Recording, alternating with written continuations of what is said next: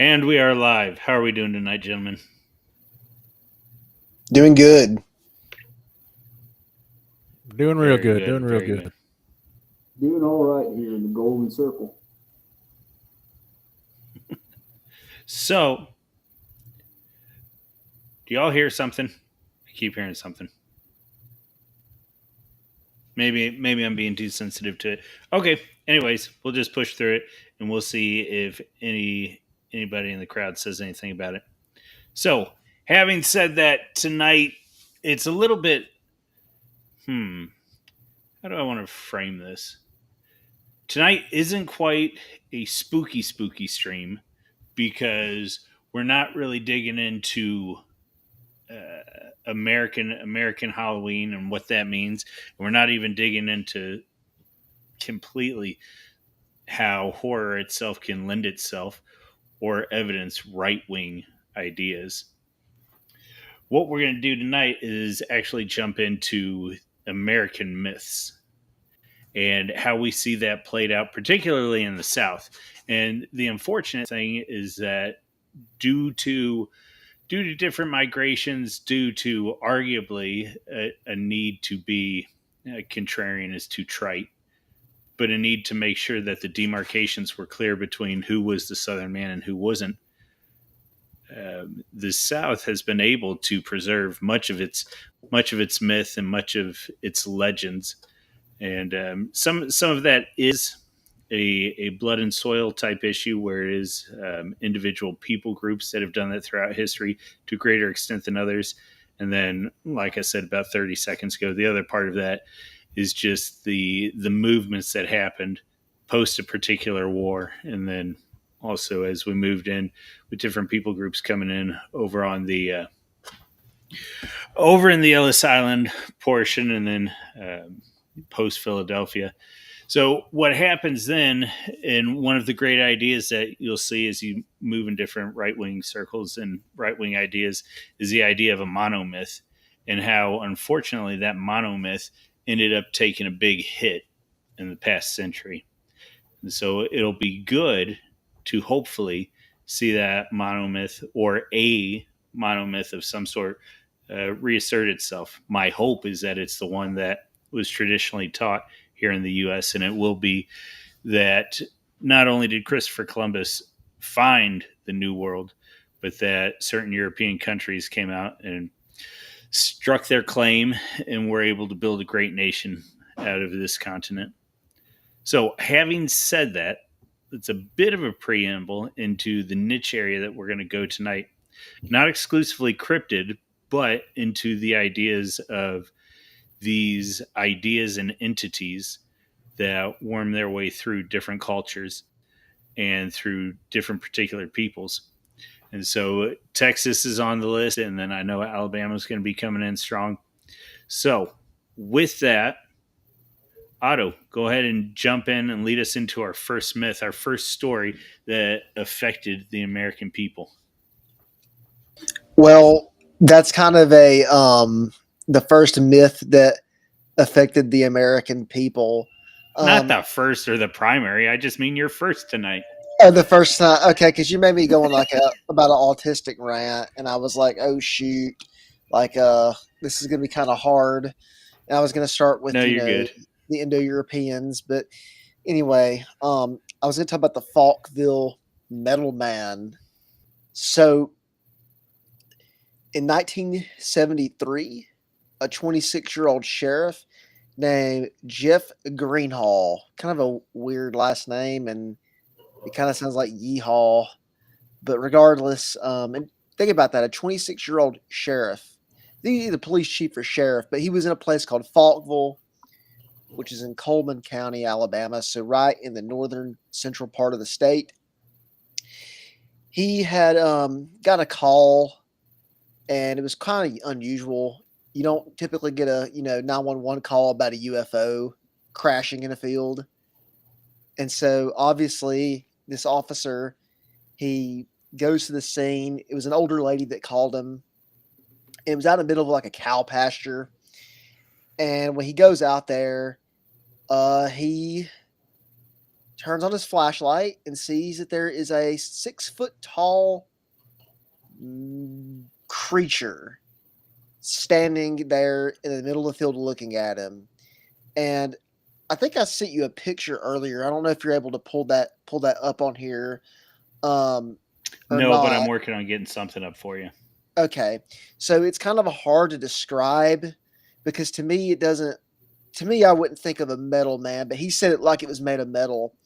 But think of a like an astronaut suit, but the helmet or head of it is like a funnel that you'd pour like gasoline in or something, but flip that funnel upside down where the tube is on top.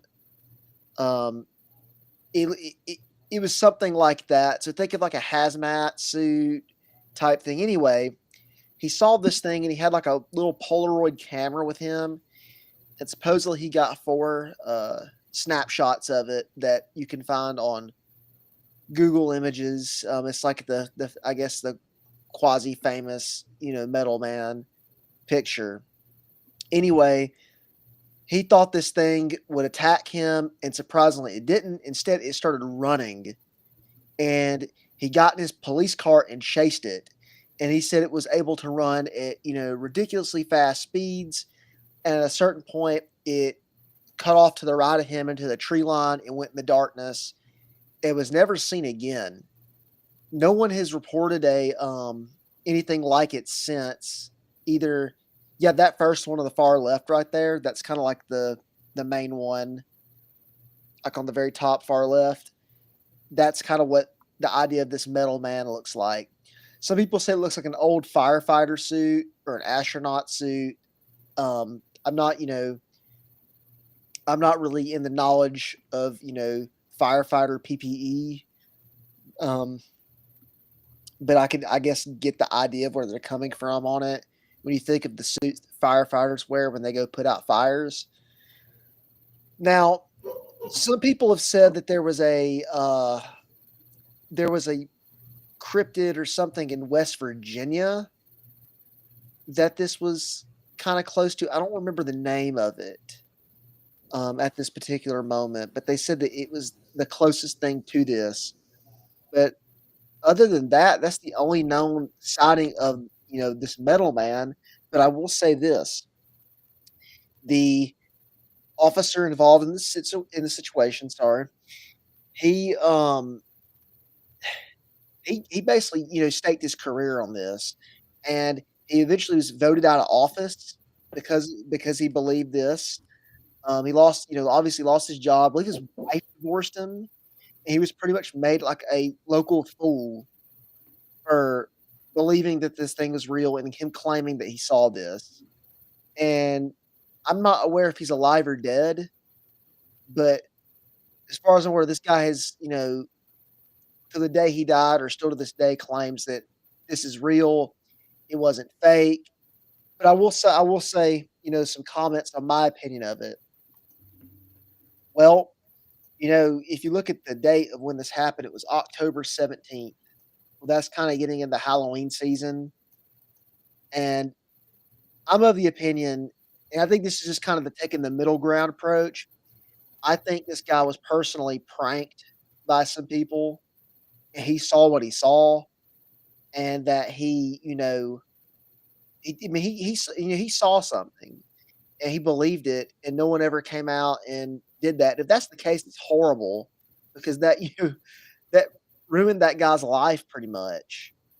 Of course, that he could have denounced it, but I think he actually saw something and he was combative about it that he saw this, that this was real. And so I kind of think that this was coming out of the time where people were kind of getting into UFOs and Roswell. It's the Cold War, so I think this stuff's kind of in people's minds, and I think it was besides this it running really fast, which of course him saying it ran really fast could be he was driving his car slow and it was just a really fast runner. So there's that. It being 6 feet tall is also kind of odd, but at the same time, it could be if it's a costume, it can have some extra space on it and things like that. but I'm not, I'm not of the opinion that this was some demonic entity or force or some cryptid. I think it was a well played prank that had really bad negative consequences on somebody's personal life.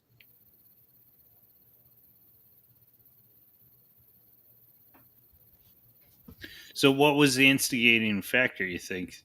Just to have some sort of. Do you think it was notoriety for the county? Do you think it was just to play a prank on that particular officer for some reason? I think it was to play a prank on just someone. I don't think it was about that particular officer. I think it was Okay. just about that. Back in the day, people, like to have more fun than we do today. I mean, I remember when I was younger, we would roll yards, and we don't people don't really roll yards much anymore. And I think it was something to do with that. People, wanted to play a good old prank on somebody, and it backfired. And maybe they got a kick out of it so much that the guy getting, losing his job and stuff, that it was effective. Maybe I guess what I'm trying to say is that they might have that might not have been the intended goal, but if it was a prank, the people that caused it were not upset that they did this kind of damage. Maybe that was, just something that they, thought they couldn't achieve, and they achieved it and said this is too good to, give it up. Yeah, it's it's interesting that they would go so far, go so far into, like you said, tearing up a man's life. Yeah, I mean that's really crappy Yeah. if that's the, because all it takes is come out and say, "Hey, we pulled a prank on a guy." Like, no, no one's gonna be mad at you for that. No one's gonna, your credibility's not gonna lose. If I called, a cop and had a guy in a Bigfoot costume around Halloween and said I saw a Sasquatch, I mean, they'd probably get a kick out of it. I doubt I would, face legal penalties where I live. So Yeah. it's just kind of that is a strange part of it.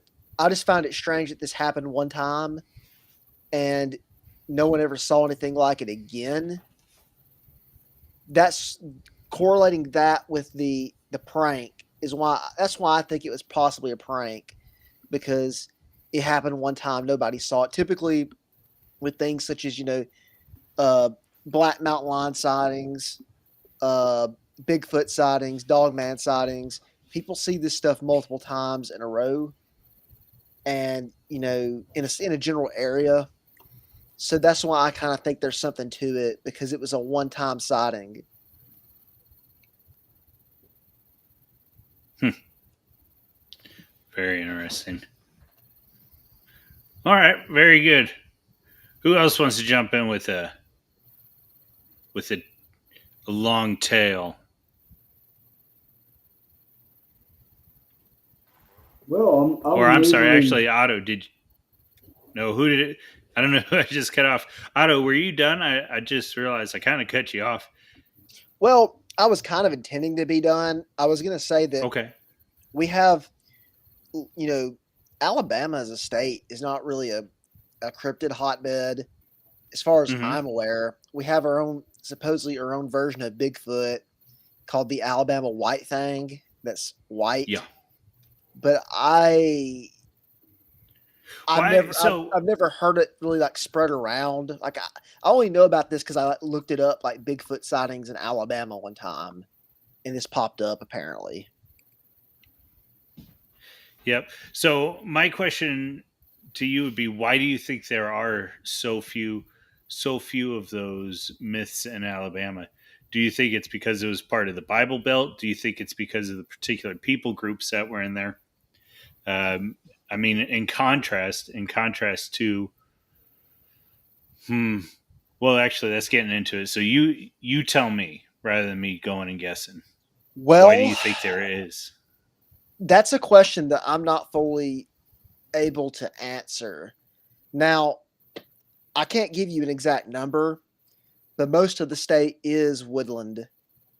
So I find that odd because you look at a state like Georgia or Mississippi or Tennessee, And now they might have more remote, wilderness areas up in Mississippi's more rural than Alabama, but Georgia and Tennessee have areas that are deep Appalachia or Appalachian, however you ever want to say it, that could hide things better than here. Our mountains are not as big, or I mean, some would even say they're not mountains, but my idea is that it could be something to do with just if something like Bigfoot's real, just not having. If you take the animal approach, that it could be just a lack of a population. I mean, even large animals like bears. There's only about 300 to 500 bears from the Tennessee border to the Gulf Coast in Alabama, and most people only see them in the summertime because that's when they are foraging. They're going around searching for food, so they're rare, and their big clusters are only in 3 parts of the state. So really, even though you could see one theoretically all across the state, more likely in the summer, you're probably only really going to see one if it's in a certain area. And when I mean a certain area, I mean maybe like a national forest that's supposed to have them, a uh, a town that has a small little population because it borders Georgia that has tons of them, and they're coming in from there, or down on the Gulf Coast where that's their last major historic holdout in the state, because that area of the state was more rural. They were able to hold on down there.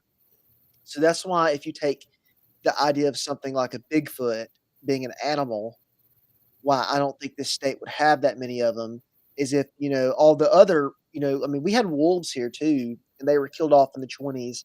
We had mountain lions, panthers, they were killed off in the 50s. So we don't have a lot of big predators or things of that nature here in the state. We have a lot of deer and a lot of turkey, a lot of coyotes. That's really kind of it. So I would say What do you that. guys think? Oh, go. I was gonna say one more thing in regards to maybe a Go for it. spiritual nature of it. Okay. I would think in regards maybe Jump to into that. What do you mean by that? so by spiritual nature, I mean, I think all of us here would agree that there's more to this existence than flesh and blood. As a devout Christian, I believe in the supernatural.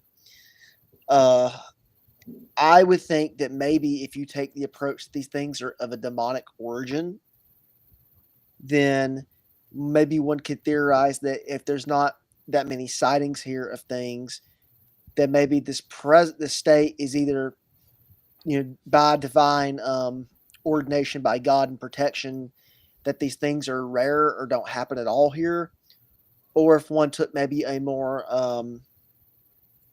active view in the sense of spiritual warfare, then maybe the people of this state are more resolute.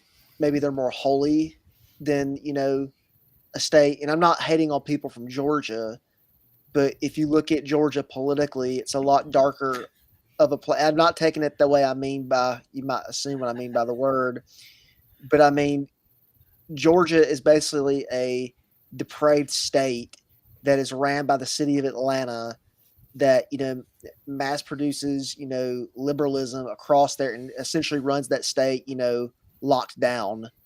So I I could see that this the spiritual evil that's seeping out of Atlanta and affecting the rest of the state. I mean, I know people that've been to Portland, and they said that when they went into Portland, they just felt like this evil, almost demonic presence there in Portland, not even seeing anybody. They said that it's just kind of like when I go to DC, there's just like this Hmm. dread of being there, that, sure, there's these beautiful buildings, but I mean, like, is a reptilian or a hobgoblin going to come around the corner? Probably so. I mean, Yeah. it's an evil place. So that's kind of my theories poking around at that maybe. So if somebody Okay. else would like to speak or move on to the next state, we can. Well, before we go too far down the next road, I want to toss this up. Can you all see the screen that's in here? North American forest versus European forest. Yeah. Yeah. Yeah. So, do we have any thoughts on this? Do you guys think that's? Do you think that's a legitimate dichotomy or a legitimate difference in understanding of what the woods are?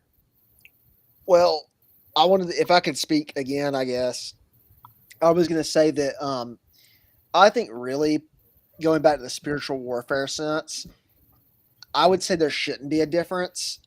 Well, now I'm kind of counterposing myself. Let's start with North America first, or the Americas. Um, One of my friends would probably eat me alive for saying this, but we know that native cultures are brutal here. They practice, debauched human sacrifice, which is, by far worse than, offering a sword in a bog. So I think that, yeah, that would probably make the spiritual climate of this land more tainted than, the forests of, let's say like England. But even still, Europe, if you look at the history of it, with, Germanic peoples especially, I mean, they believed the woods were haunted. I mean, they believed it was full, of elves and forces you can't control, water spirits, things of that, had to be appeased. You look at the Greeks, and I'm under the impression the classical Greeks viewed the wilderness as a place you didn't go into. That it was not meant for humans. It was not something to be embraced. It was more of it was an outside realm that was not welcome to the, souls of men. And obviously, Northern European peoples, whether they be Celtic or Germanic, lived, obviously less urbanized lives. And regardless of if they were scared or not of nature, they had to live with it. They had to, live more within it. And so I think there's probably something to that right there. Yeah, I Okay. just wanted to add that I completely agree with that. But not only so the woods in ancient Europe, in medieval Europe, especially after the fall of the Roman Empire, were viewed as a place not to be ventured into. It was a place of mystery and a place of absolute darkness and uncertainty. So the woods were places where wizards would live and create storms, for example. The woods were a place where fairies would live. The Irish, the ancient Celts, they viewed the woods as a place where magic would happen, where you could actually summon entities and maybe even turn into something different. And of course, here in North America, we obviously had the Indian tribes and native tribes committing all sorts of acts of witchcraft and magic, and of course, transformation into these different creatures that we know as skinwalkers. So when the Europeans came to North America, they didn't have a different view of the woods they had in Europe. They feared the woods here as much as they did over there. As a matter of fact, the Puritans in particular had a complete and total. They were horrified of the forest, especially the nighttime. It was actually forbidden for Puritans to go out at night because the night and the wilderness, it was associated with the devil. Essentially, that was the time where demons would haunt the trees, and where the woods would essentially come alive with evil.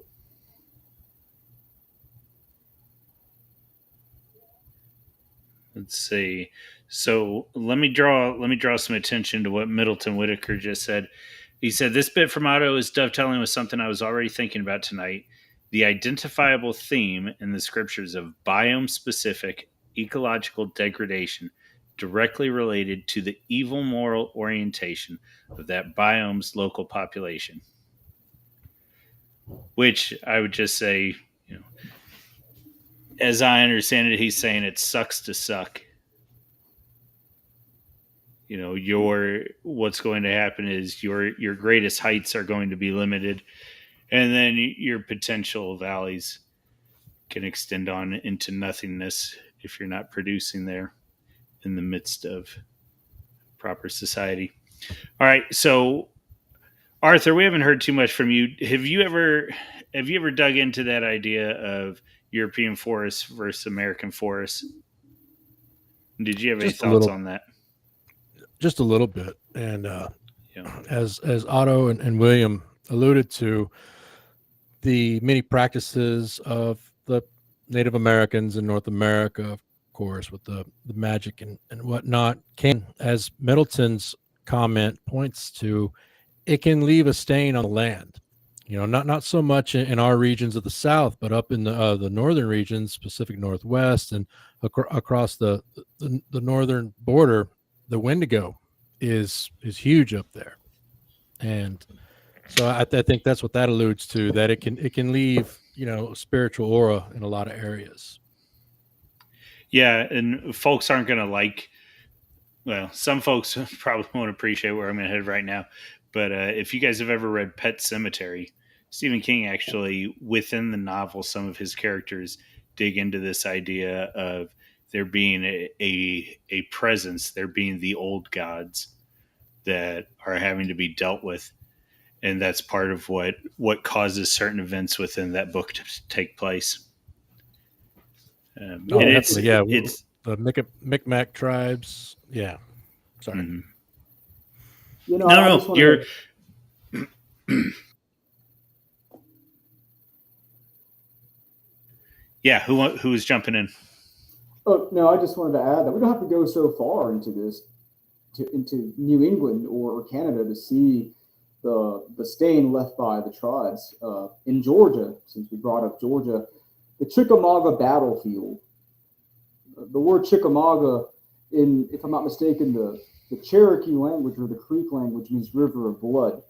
I don't know if it's one of those two tribes, but it means river of blood because the tribes made massive sacrifices there, and a lot of battle was gathered there for hundreds of years. And so when the Battle of Chickamauga took place, both Union and Confederate soldiers reported seeing something called green eyes, which was essentially a green eyed demon that would appear over the dead bodies and linger around at night. And so the native tribes, the Cherokee, the Creek, they had tales of this creature. And to this very day, if you go to the Chickamauga battlefield, people will actually report sightings of this and feel that aura. Yeah, one of the things I appreciate about the U.S. Well, I don't even know if appreciate is framing it correctly, but it is interesting that we still have, and we viewed them as things that were worth preserving, not only for the nations that had been here, but just in general.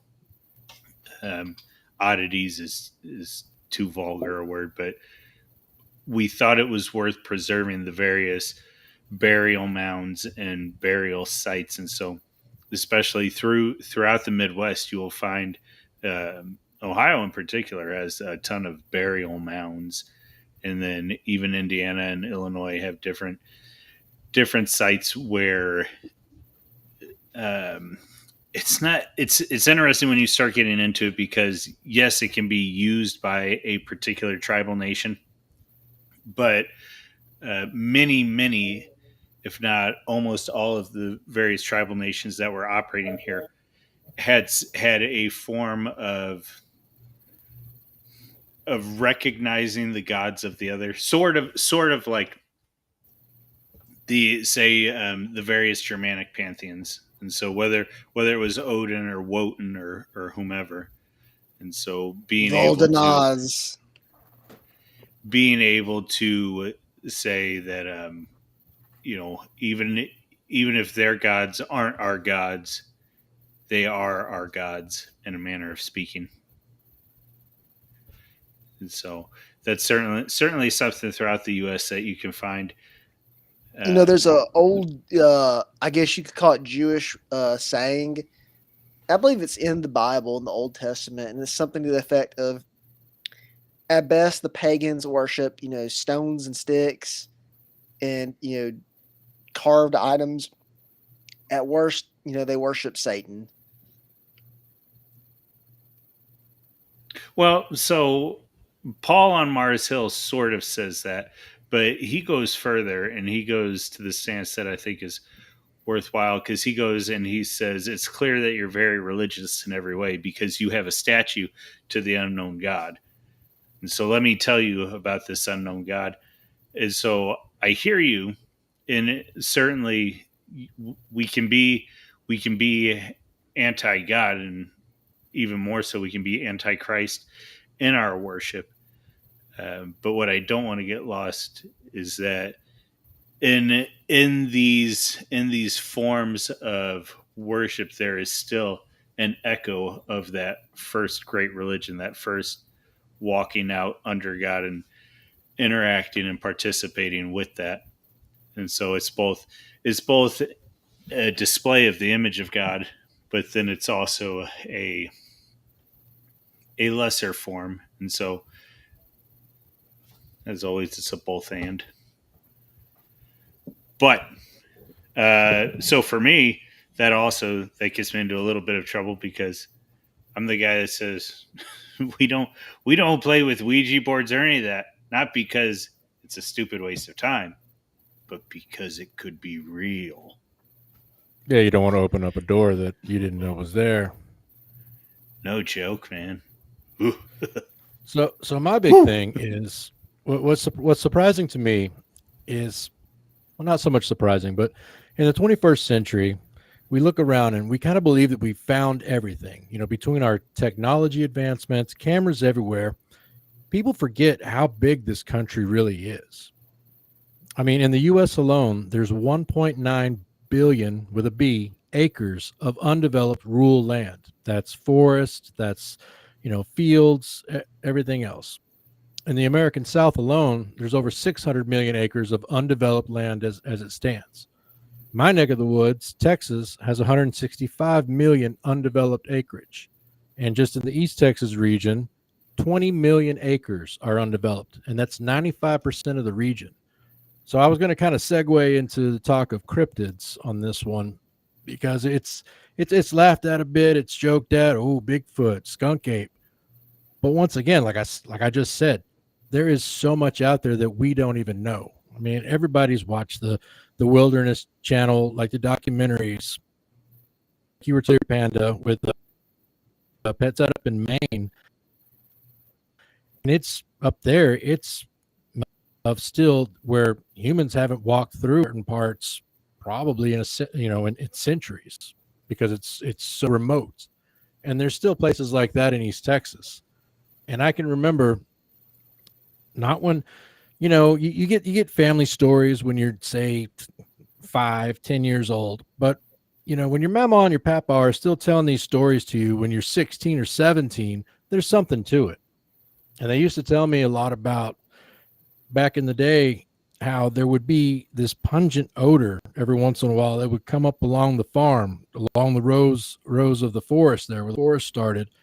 And they would tell me how all the animals would get skittish. They would just get very excited. And this area, of course, was not known for bears. There's no bears there. There were some mountain lions and stuff, but mountain lions don't smell like a rolling dumpster, just a horrible smell. And they would tell me that, the skunk ape, which the skunk ape itself is more known for Florida. There's a lot more documented sightings there, but there are also reports of it being in Texas and across the South. And the only personal experience that I had with the skunk ape, I can't tell you I got a cool picture of it. I can't say I saw it with my own two eyes, but as a teenager, me and my friend Marcus, we went deer hunting. And this deer lease, it was a little south of Texarkana, Texas, which is in northeast Texas, the Piney Woods. It was about 1,000 acres, but all the land around it was developed. It was very remote. And I still remember sitting up in the deer stand and just waiting for a deer to come down the trail. And all of a sudden, that moment where the hairs on the back of your neck stand up, everything in the forest goes quiet, even though it shouldn't be quiet. You should still be hearing rustling. You should still be hearing the bugs. And I kid you not, I smelled probably the most atrocious smell just kind of wafting through the forest there. And I'll admit it, I was struck with fear. I mean, it was terror. It was like, wait a minute, what is in the woods right now? And it finally went away. I stayed up there for like another hour and a half or so. And then I went back to the cabin, and my friend Marcus was complaining. He's like, "Was that you, busting through the brush?" I said, "No." And he goes, "Did you smell that too?" And I got to tell you, there's stuff out there we don't know about that hasn't been discovered yet, and just got to keep that in mind. I know Otto was talking about the Wampus cat in Alabama, but that's also a known tale around East Texas as well. Yeah, well, and I'm just thinking, if you've ever been coon hunting or squirrel hunting or even just taking a walk in the woods with your dog, when the dogs get scared in the woods, that's an eerie feeling. Yeah. So, yeah. Very good. Very good. Yeah, I was gonna say the woods at night are not a good place. I remember the last time I went deer hunting back in January. It was actually the night I did my recording and interview with Thomas Wayne Riley. And I remember I had to walk back on this trail by myself, and my clothes I'm wearing are a little bit kind of puffy on me because it's cold. And I remember like the legs of my little coveralls would kind of drag the ground a little bit, and occasionally hit a leaf or a twig, and I'd hear that that break sound, and it sounded like it was just a little bit not under my foot. And I'd turn back and look to make sure I wasn't being followed on that trail. It was about a mile long trail, and I wasn't really disturbed, but I mean it was kind of eerie. But it was just a little kind of unsettling, because my fear, honestly, this is gonna sound kind of weird. My fear is never to be assailed by a cryptid; is to be assailed by something unexpected. I mean, there's little zoos and places all around that you don't even realize that are there, that are keeping things like lions, tigers, bears, and wolves. And I mean, if one of those was to break out, I mean, you could be having a interaction with a tiger in Alabama. Otto the Forget Tiger the King. tigers. It is the chimpanzees that will literally eat your face off. Well, that is true, but I mean, tigers will eat you as well. I don't know. I've always had like a primal fear of big cats. So there was this dude. There was this dude up in Ohio. Oh, we should do a stream on this one day, Arthur. There was a dude up in Ohio, because it used to be in Ohio that you didn't need, Ohio, Florida, and a few others, you didn't need a license for any sort of animal. You just keep whatever. And so there was a guy out there, and he called it a zoo. Maybe he called it a rescue, but just tons of big cats. And I think this was roughly somewhere between 99 and 2004. And he just got antsy one day, and if I remember the story correctly, he let them all go and then committed suicide. And I can't remember if it was because of money, if he couldn't take care of them. I almost feel like his wife was involved somehow. Maybe she was divorcing him. I don't remember. But boy, that'd be a wild way to go. I don't know. I almost feel like I'd rather go by a big cat than being pulled underwater by an alligator. Yeah, that's true. Oof. Yeah, that's or a shark. Even a shark, I don't need. I think I'd rather just take 9mm. What's that? I'd just rather take some 9mm or 5.56 to the face or something. I mean, whatever, as long as there's no water involved. Otto's going to run into the gun-toting tiger. Right. I'm Fair screwed. enough. No, there was a really good show. I think it was a Discovery Channel, Discovery ID, a while back. Y'all might remember. It was called Fatal Attractions, and it showcased people who had the exotic animals or encounters with exotic animals. And I remember one lady was in Colorado, old lady, lived up in the mountains, and she would feed the bears. And her neighbors kept telling her, "Don't feed the bears." And of course, she's going, "No, these are my pets. These are my friends. They'll never hurt me." Yeah, well, apparently she she saw like a new bear came into the area, a male bear, and he was attacking one of the cubs or something because he was asserting his dominance, being a bear. And apparently, she went out there with her broomstick, and it didn't turn out very well for her at all. To break up the fight. Break up the fight, yeah. Save the cub. Wow. But yeah, there's Let's a ton of see. stories. One lady, she kept wolves, not hybrid, straight up wolves, and I guess she lost her job or she wasn't getting enough money in, so it was getting harder to feed them what they needed, and so she was kind of skimping out on feeding them. Well, you can guess how that turned out. She went in one day in there to throw them whatever she had left over. I guess we're gonna eat. Yeah. I mean, she had gotten to the point where she was dumpster diving, like fast food places, to try to keep them fed. And, well, wolf's going to be a wolf if it's hungry. And so it ate her. Yep. So this is the aftermath of the guy that let his zoo loose. Oh God. Yeah. And this was I'm sorry, I said between 99 and 2004, and I think it said it was 2011. No, it couldn't have been. I've got to be misreading that. There's no way it was that.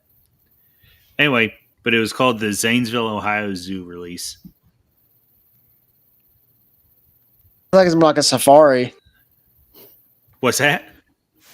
Sounds like it's more like a safari. Like they, paid some people to come there and, have a happy safari, as John Edmund would say, hunting all these I don't animals. know. Unfortunately for the critters, I think it was shooting fish in a barrel that day. Well, like Judgment Day. For That's the right. They had critters, the I law guess. enforcement chasing them down, huh? They had all the cops out there. Yeah. Right. I remember that now. Yeah. Absolute slaughterhouse. Yeah. Which, I mean, I guess, what are you going to do? But yeah, that's pretty rough. It was pretty unnecessary. Well, no, that's the wrong way to phrase it. I mean, I'm not saying the police, what they did was unnecessary. I'm saying the guy keeping them and then deciding to let them all rip at one point. Like, I don't know what he thought was going to happen. Right. Craziness. All right. Well, this has been fun digging into some of this. William, what have you got for us tonight? Well, being that I'm from Florida, the skunk ape is a cryptid that's very prominent to us. And as Arthur said, it's a southern version of Bigfoot. It's all throughout the South. It's been seen in Texas, Louisiana, Mississippi. But the legend is really big here in Florida, and especially in my neck of the woods. So I'm in the South Florida area, and when South Florida was being developed in the 1920s and they're draining the Everglades, that's when we really started seeing reports of a skunk ape. And it's really an odd creature because it's not known to be aggressive. It's not known to be like a Bigfoot that stalks people or anything like that. But it is known to be very big, like Bigfoot, lots of fur. And obviously, because its name, right, its namesake, it smells awful. It smells awful. So, me personally, I have never had an encounter with a skunk ape, but I've heard the stories. But one story that really sticks to me is one that dates back to the 1970s, and it goes back to 1979, and it is in Miami-Dade County, Florida. And what's going on is that there was a police officer on patrol. All of a sudden, he sees a large figure walking across his vehicle, and the figure turns at him and stares at him, and he's actually radioing this in and describing what he's seeing, and the figure then just lunges into the woods. Now, this happened approximately 15 minutes away from where I live, which today it's all developed. So this was a long time ago when all of this was wooded area. And today, most of South Florida is sadly a giant metropolis. But if you go north of Orlando, a lot of Florida is still just swamp and Everglades, and there is good reason to believe that these skunk apes are out there. Now, the most famous skunk ape sighting that took place here in Florida was in a place called Port Mayaca, or Port Mayaca. I think I'm pronouncing that correctly. And the reason why it's famous is because the person who saw the fellow who saw the skunk ape there actually caught a photo of it, and this was in the year 2000, and you could see it hiding behind a palmetto tree, and it looks basically like an orangutan with glowing red eyes. And so it's pretty horrific, actually. You wouldn't want to run into this thing out there. It looks like it could do some damage if you provoked it. But the skunk ape sightings of it actually go way back, further beyond the 1920s. The Seminole Indians have legends of it, and it's a pretty well-known cryptid here in our state, because it's been sighted pretty much all over, but in particular in the Everglades. It seems to prefer that swampy environment, which, we have thousands of acres of for it to hide out there. Yeah, and that's going back to the point that Arthur made earlier, which I think was a very good point. We often laugh and joke about European mind cannot comprehend how big this nation is, which I think when you get down to it, that's a fair argument. But even more than that, sometimes it's we as Americans don't recognize how uniquely large this country is. And even though Australia is roughly the same size, however, the actual inhabitable portion of Australia is far smaller than the U.S. And so we're one really blessed here, but then two, I do think you're both on to what is probably the basic point, that even in the 21st century, there, just by sheer landmass, there is the opportunity for things to be going on that we don't know about, and for creatures to be existing that we are unaware of. No, absolutely, especially here in Florida, because Florida is a strange state in the sense that we have a lot of land. And if you look at the map of Florida, we're a peninsula. So if you look at the settlement, the major cities are all along the east and the west coast. So what's in the middle? It's all swampland. It's all mostly swampland. We have Lake Okeechobee. You can see it from space. It's enormous. I think it's the second largest inland body of water in the United States, behind the Great Lakes. And between all this space, there could be any number of things living out there that we don't know about. And we're not just talking, snakes and alligators. We're talking things like the skunk ape. We're talking about maybe, I don't know, some other weird frogman creature. Who knows? But one thing's for sure, the skunk ape is real, because enough people have seen it throughout the years.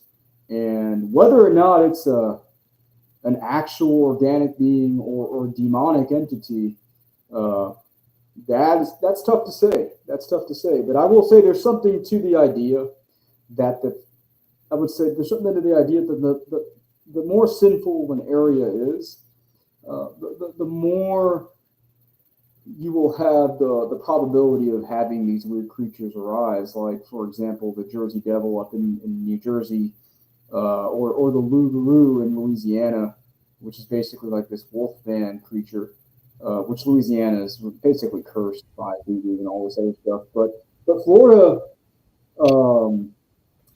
at least Florida in the 21st century, can definitely be said to be sinful. And what's interesting is that it is in the 21st century now.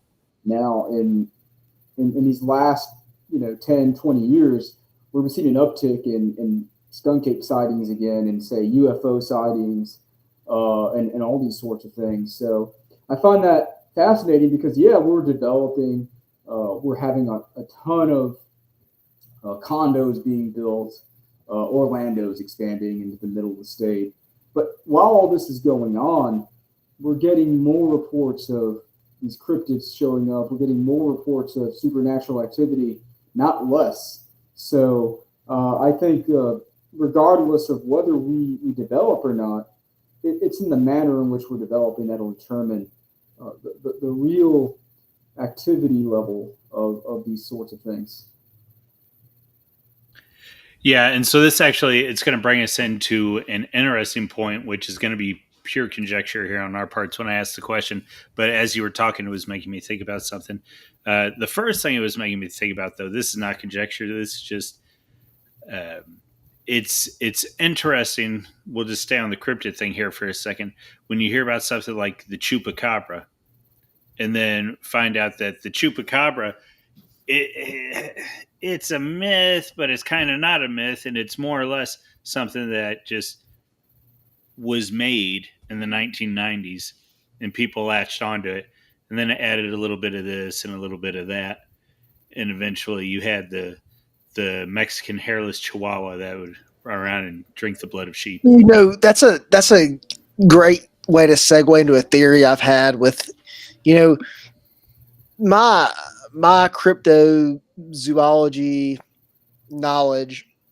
It basically comes from a childhood of being raised up on Monster Quest and Lost Tapes. If you've not seen those series, I recommend to go watch them. Lost Tapes is on Animal Planet, by the way. So it's not that hard to find, especially Monster Quest. I mean, you go watch it on YouTube right now. Great show. Anyway, and it is also informative. Like, Monster Quest was good at, presenting these cryptids, interviewing people, and engaging it in a science and research-based way where they'd go and launch these scientific expeditions. It was more or less showing you, okay, like if they were trying to go find a rare species in, like, let's say Asia, they would, do the same thing for this, is that they were trying to find a Bigfoot in California. Anyway, where I was going to go with that is throughout my life, I've noticed that with these cryptids and things, it all started with Bigfoot, is Bigfoot being this only thing, and then the Loch Ness Monster.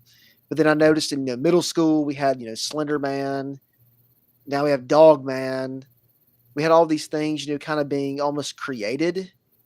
And I think that's a great way to tell what's sort of organic and what's not, is what seems like something that just kind of came up out of nowhere, that, didn't come from a movie or a book or the internet. If people were just hearing about this now as some kind of monster, then it probably was something somebody made up on a creepypasta, which, for any of y'all don't know what a creepypasta is, it's basically people writing these, online stories, anonymous stories that are fake or made up, that are supposed to be real. That's like Slender Man. So that's where I think that a good way to kind of tell is follow the traction of these things. Like Bigfoot, when I was a kid, used to be a lost primate. Now it's a demon. So that's kind of, a good way to, get a good metric of what is something that's probably, serious and what's not in regards to these things. I think another real quick, another great recommendation would be Monsters and Mysteries in America. It's on Tubi and Hulu.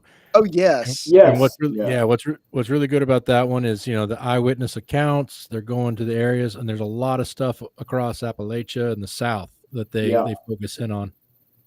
Yeah, I love that show. It's very informative, and it seems to be genuine. Seems to be fact-based, at least based on what people see in the area and the culture there and everything. Definitely. Go ahead and keep talking. I'm pulling that up. But yeah, no, I was going to say that I had a similar issue with black-eyed children, for example. That's just something that came up in the 2010s, and now it's gone. There's no more black-eyed children sightings anywhere. And interestingly enough, the supposed first sighting of that was in the Badlands of Texas.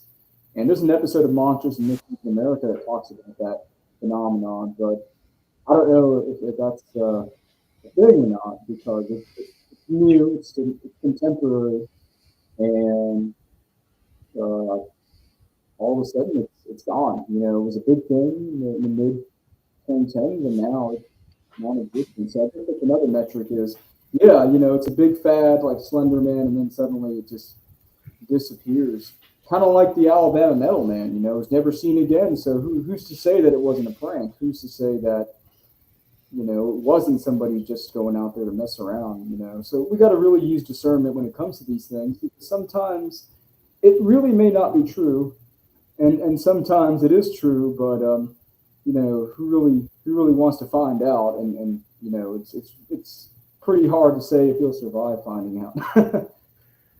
What do y'all think Yeah. about the Mothman? Demon. Yeah, demon.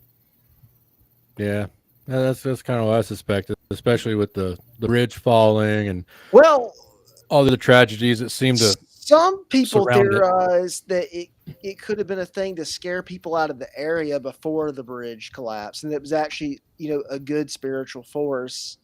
Now, I think if God was going to warn people of some impending situation, he wouldn't send a giant moth spirit thing to like scare people. To I think he would probably put some in just burning burning sensation of we have to get out of town, and it would repeat over several days, and whatever. No, exactly. The Lord commands you to leave this area. Here's a scary red-eyed monster to make sure you get the message. Like, wait, what? Yeah, Yeah. and I think too that a lot to that degree, these things of major revelation or things have been it's all summed up in Jesus Christ. So I'm not saying I'm not saying that I don't want to put it out there that God would if he so choose to send an angel to reveal a mess. Well, I want to be careful when I say that, because that gets into kind of like weird heretical kind of So how assumption. about this? Let me float an idea to you guys real quick. It seems like, and I don't know if this is cyclical. I think it's easy to say that it is cyclical, but maybe that's not a fair representation of it. Regardless, and Arthur, you especially, I'm going to be curious to get your thoughts on this, because you are the elder statesman out of us. It seems like they're here in, say, the past 15 years or so. It seems like there is really a concerted effort on all of our parts, on society at large, to know that the veil is becoming thinner. And what I mean by that is that the spiritual and the material planes are coming closer to one another. And it seems like a lot of people want to know that that's happening, and then they want to see evidence for that in their lives. And so, not to dismiss any of this, uh, but it seems as if people are becoming more sensitive to these things, and I'm not really sure what's driving that. Y'all think I'm off my rocker? No. No. No, but I think with the internet and things, and a lot of our kind of guys are on the internet getting into this kind of stuff, looking this stuff up intentionally. I think it I wouldn't disagree with you on your statement, but I also think it just so happens that people are because of the internet and because of higher literacy rates, people are able to kind of learn about these things. So I think discernment is I think it was people were learning about these things, and then now this veil of, what's, the spiritual and what's the secular is kind of sort of being, distinguished, and people are seeing that there's more things at play than material, wealth and culture. And I think that people are kind of going back to what they, brought up as was the supernatural, and they're sort of kind of, bringing it back. But people have never really, in some ways, I'm not saying just because you believe in a building's haunted that you're a pagan or something, but all my life talking to people, whether they're, a Christian or nominal Christian or not, about every single person I know of believes in like ghosts, believes in ghosts or hauntings and things like that. So I think There there's was definitely occult paganism that's existed for most people. there was definitely a season, and we'll say from the late '70s and through the middle of the '90s, where if they didn't outright say that this stuff was dumb, they tried to put a sheen on it that said, haha, it's something we can laugh about.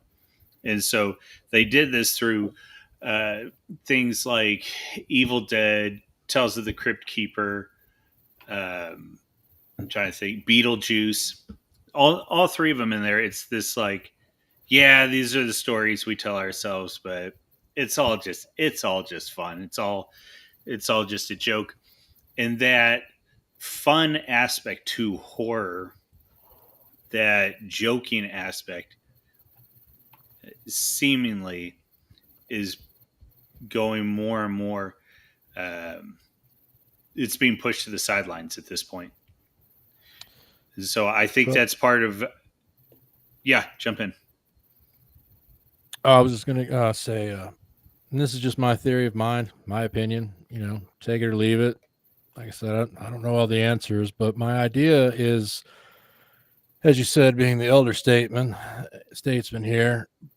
But it really feels, as you said, as that veil gets thinner, well, it gets thinner in the other direction as well. And people can agree or disagree, but we are not as religious or godly a nation as we were just 20 years ago, and especially not 40 years ago. And I believe that there's more room there for forces to come in. So people are seeing more things because more things are entering this world. Like I said, that's my 2 cents on it. That's my theory.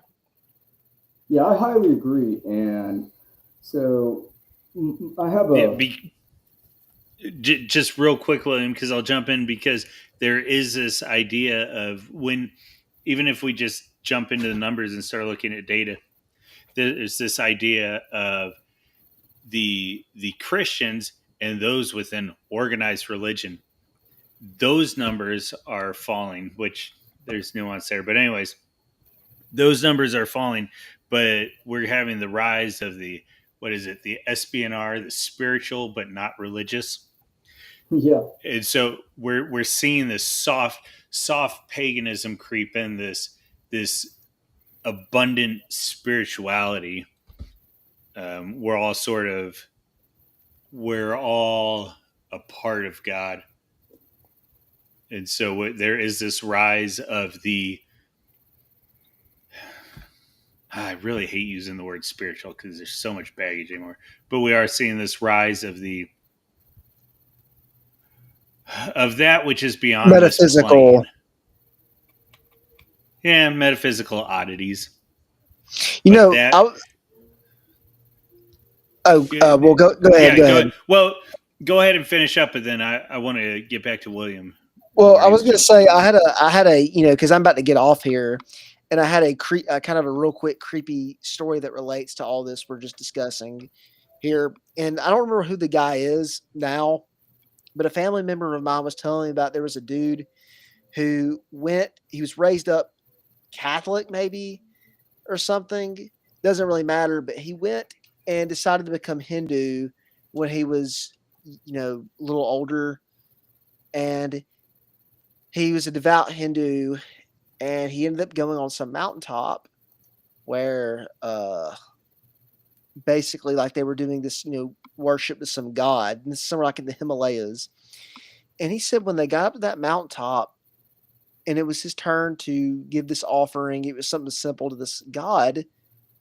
He said the idol literally started speaking, opened its mouth and started speaking, and he said right then, right there, it was crystal clear. And he said, that is a demon. God is real. Jesus Christ is Lord. And he said he just walked away from, told them, I can't do this. I'm a Christian. Walked away, went back and is some kind of Christian now at a church somewhere. Yeah, I'm pretty sensitive is the wrong word, but I buy into the argument that people can be convinced of good not by good itself, but because of evil, and just this recognition of if I can recognize something as evil, then surely there must be good. Yes, And I that would makes agree sense to to me. that statement. Yeah, because it would be that which is other than evil is good. So if we could see John Wayne Gacy, if we could see Dahmer, if we could see whomever, that which is not them, at the very least, is more good than they were. And so then at that point, then it just becomes a following of the thread. But William, we cut you off. Where were you headed earlier? No, so I was going to say that it's interesting today that while we are becoming, less Christian, yeah, we're becoming more spiritual, but also while this phenomenon has been happening, you ask anybody if they believe in God, and they'll say, "Oh, I don't know, maybe, sure." But if you ask them, "Do you believe in UFOs and extraterrestrials?" More than likely, they'll say, "Yeah, absolutely. There's intelligent life out there."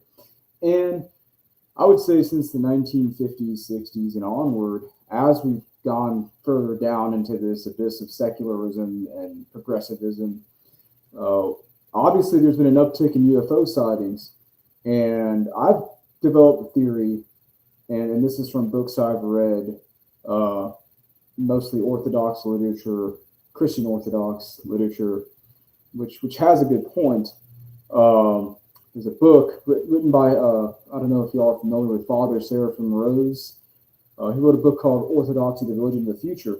And in there, there's an essay on UFOs and how they are basically demonic beings. And that now, as we are having a thinning of the veil between the two worlds in the direction of evil, essentially, these beings are coming into contact with humans once again. These beings and these saucers, these flying saucers, are actually the vehicles that these beings are using, these conduits that they're using to manifest themselves here on planet Earth. And we'll see them as the Greys.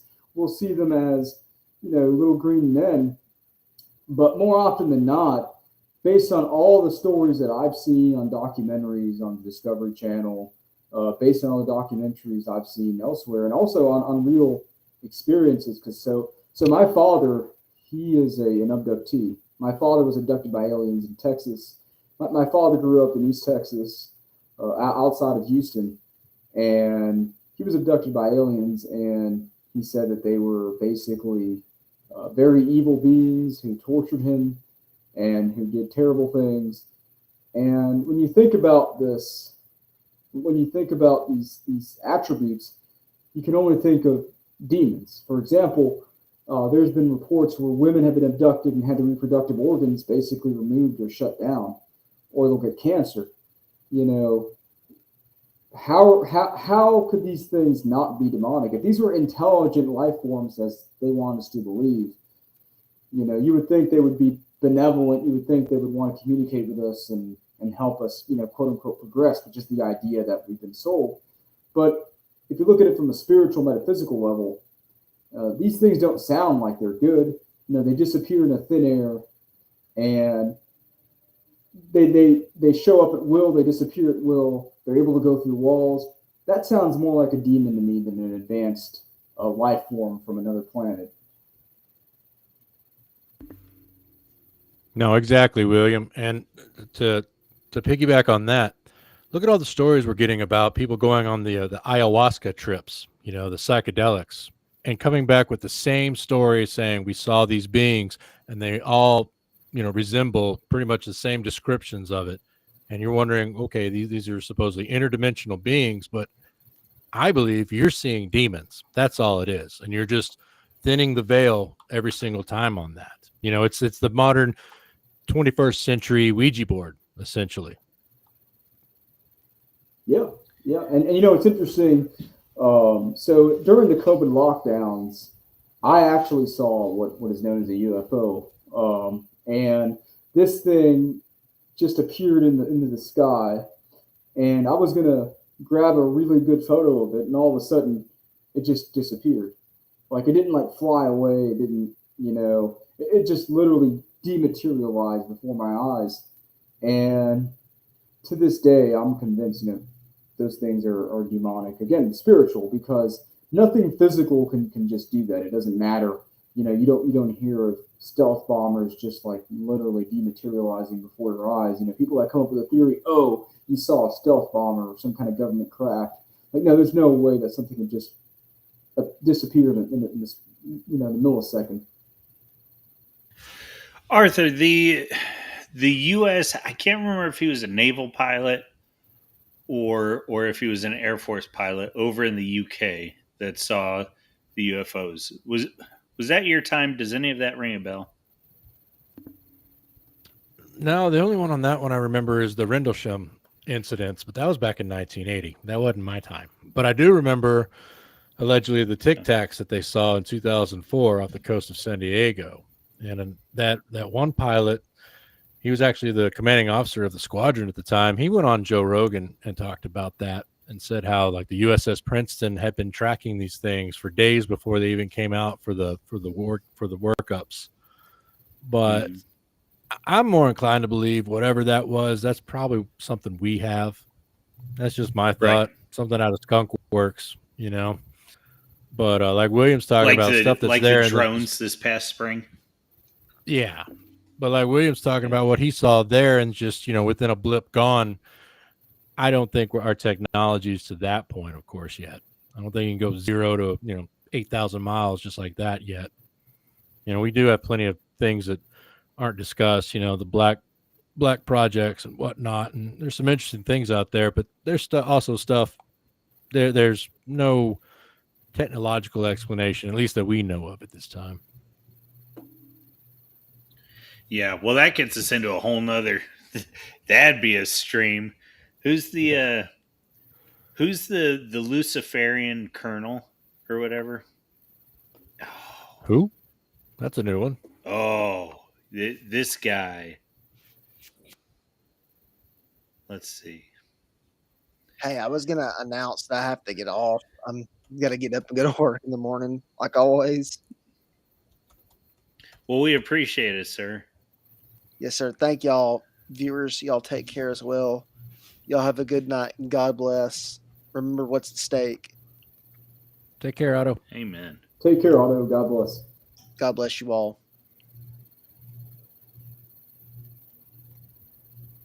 All right, I am not finding it. I'd have to go back and look it up, but I want to say, is this guy? So I want to say there was a guy, and I can't remember if he was involved in MK Ultra or what, but he was a Luciferian, and I want to say he was a colonel. I'm going to use a different search engine and look for it. You guys talk amongst yourselves, because this guy, it was a head trip. I'm going to see if I can find him. Are you talking about Jolyon West? Who's that? Jolyon West? I don't know. Oh, never mind. I was looking it up. I was like, oh, you mean Colonel O'Brien? But that was off a TV show. Never mind. Let's see. This variant. Oh, is it this guy? Yeah. Okay. This Michael Aquino guy. Hold on. Hold on.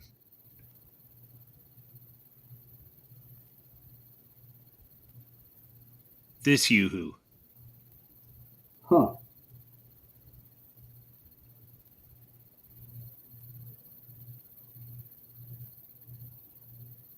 Yeah, so he was alive up until 2019. An American political scientist, military officer, and Satanist.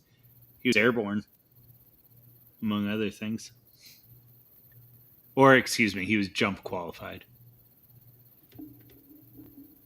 Oh my Not gosh! actually. Joined the Church of Satan with Anton LaVey. Yeah. This is what I'm saying. This guy was crazy.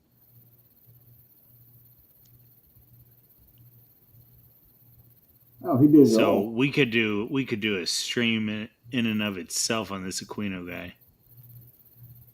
Yeah, okay. So he was a Green Beret. Or well, I'm sorry. At the very least he was attached to them, but the way this is written, he very well could have been a Green Beret proper. Oh, and he was an Eagle Scout. Uh-huh. Damn Eagle Scouts.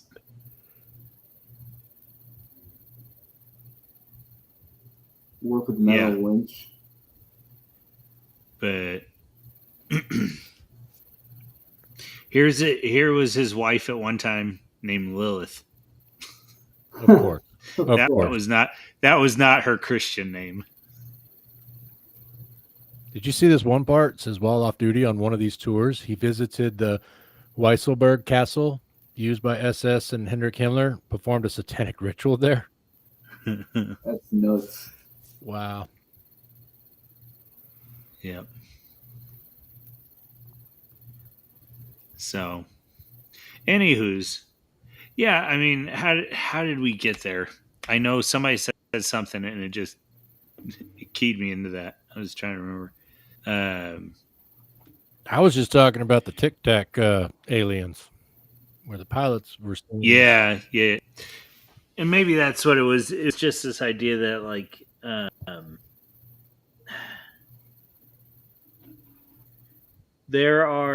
There's through lines. Maybe that's too strong, but there are lines that are connecting people who are believing in everything that we're not supposed to believe in. Yeah, and giving those forces and power. Yet they what's that? And giving those forces power. Yeah. Well, and that gets into the it's like the Podesta paintings. That's some of the nastiest stuff. You have that. You have the spirit dinners. I mean, I'm not saying that Hollywood was a paradigm of virtue 50 years ago, but I just have to believe that there wasn't as much craziness as now. Or maybe there was. Maybe it's just been building up over the decades. Yeah. Well, and that's so it's like it's already bad enough is too strong. But we recognize that our country is so big that there are things out there that we're unaware of, that there are critters, that there are creatures that are one are just rare enough that we're unaware that they exist. But then two, when we do have the occasional glimpse of them, what we're witnessing just seems beyond our understanding. And so we formulate these different ideas and those ideas get passed around. That's one side of it. And that's already like, that's a little bit eerie. That's interesting. We don't know what we don't know. But then we start flipping it back on ourselves and we talk about, like we have been throughout the stream, this idea of the veil getting thinner and that there are people that want to see the veil being thinner. And then it goes beyond that into folks like this Aquino guy, like the Podestas, and seemingly all of them, that once they reach a certain spot are acting. They're like they are the true believers, right? And so everything we weren't supposed to do, they do, but in the opposite direction of how we would want to see them believing. No, exactly. You know, I always tell people, our elites, they're not atheists. They're Satanists. You know, our elites, you know, they practice things. And, you know, I've had, the opportunity to be around some of these people. And one thing I noticed about that is that a lot of them will wear these little red bands around their wrists. And so, out of curiosity, I looked that up, and it turns out that those red bands around the wrist are not just like some little, little charm or anything. They're actually You talk Kabbalah. about the Kabbalah bracelets? Or? Yeah, exactly, exactly. So you'll see, I always used to see these politicians and stuff wearing them, and I'm just like, what the hell is that all about? So I looked it up, and sure enough, it was Kabbalah. And a lot of these people, they believe in Kabbalah. They believe in the left-hand path. They will actually practice these things in private, and some not so privately.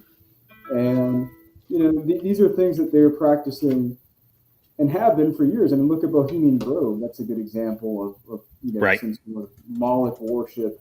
Um, you have things like Bohemian Grove. You have things like MK Ultra, and where they try to cross veils. And there's been plenty of experiments to cross veils. I mean, I was looking at not.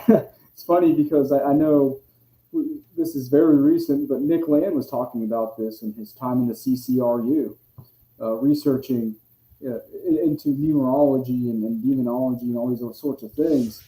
Um, there's definitely another world, and the people that are really, I guess you could say, in the 1% at the top, they know that, and they don't want us to know that. And I think what they're trying to do is get enough people to either A, worship the things that they worship, or B, completely separate us from the knowledge of God or gods, and just have us completely and entirely atomized, to where we know nothing and are just basically, what's the term they use, are finally made into computers. The great, God, it escapes me now, the great,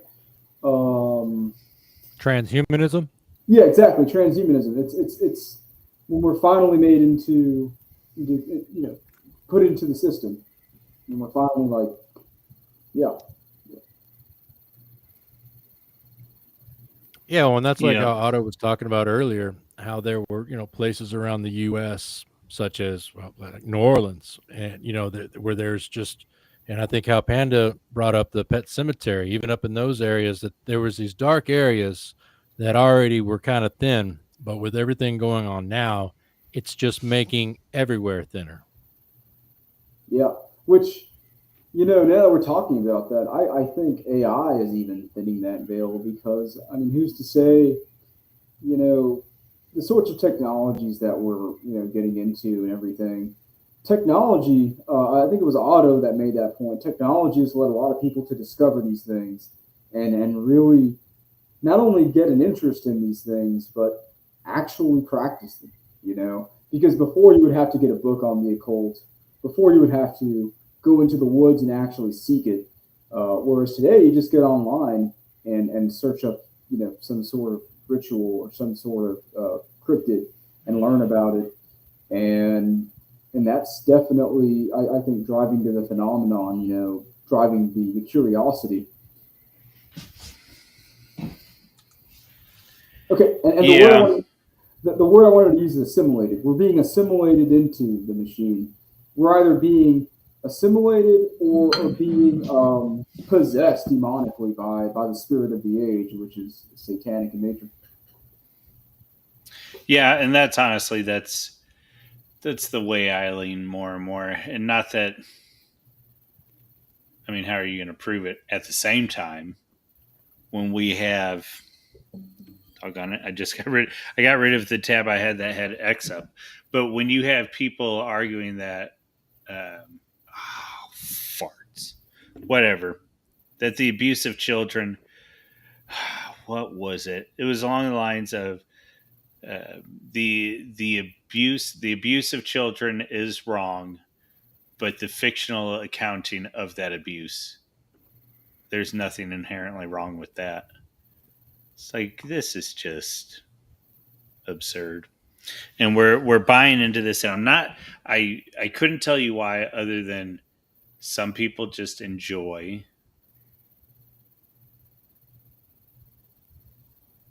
participating in that which is anti-God, that which is evil. Which is such a lame. That's such a lame explanation, but I can't figure out a better one than that. Well, yeah, and you have people that are making arguments and debating the use of AI to simulate stuff that Yes, yes, they try to hide behind First Amendment or privacy of your own home, or it's not real, and it's like you're simulating evil. No, that's not good at all. Yep. So I don't know. It is almost interesting sometimes, and we end up hearing about people like what am I thinking? The Four Horsemen, Dawkins and Hitchens and Harris, and then nobody remembers the fourth one. Who was that guy? Whatever. But it's like that whole idea of God can't exist, and we've got this intellectual exercise and all that. It was able to exist simply because of the meme that um, hard times create strong men. And so yeah, it's goofy and it's silly, but it's daggum. What's the one with Tom Cruise? It's a few good men. It's this idea of there are guys on the wall. That's one of my frustrations with the Amish. As much as I like the Amish, and I just realized I'm pulling the racist argument. Well, I've got Amish friends. Which is true. But dadgum, if the only reason the Amish can exist is because there's people on the outside that have been willing to engage in acts that the Amish refused. But that's true. Yeah. But I think those times are coming to an end, and I think that which is ultimately true is going to be brought into stark reality here shortly, because apart from it, we're going to burn ourselves out / we're going to be ultimately defeated, which I don't believe we will. But going down the roads we're going down right now, our people are going to be wiped out. And yeah, I think the external pressures are going to become large enough here over the next few decades that the games that people were able to engage in over the past 100 years, they'll no longer be able to. So. Well, and there's been such an acceleration. Just I would say, if you wanted to pinpoint a timeline within the last 20 years, I mean this isn't even, to me, no exaggeration. I don't reckon any of this from 20 years ago. This country, the world, the things that are in just 2 decades. So things are starting to move pretty fast. Yep.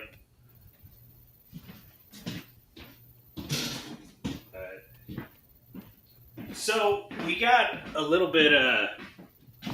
Can you also hear me all right? Yeah. Okay.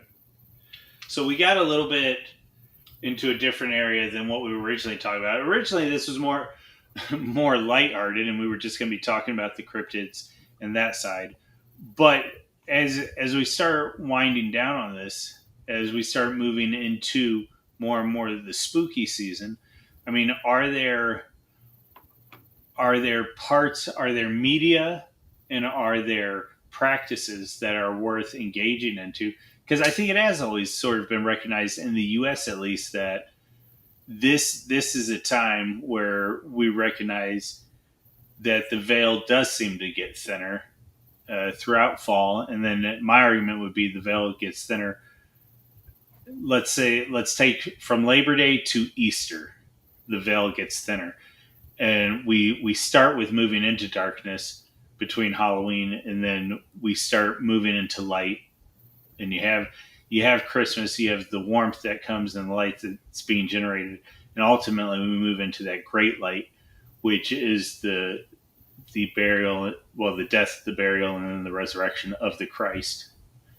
And so then we move into the light, and we start the cycle again. So one, do we grant that premise, and then two, if we do, what are ways in which people can engage and I don't know. I don't want to say become all Halloweeny, but what are ways in which they can start engaging and considering these ideas?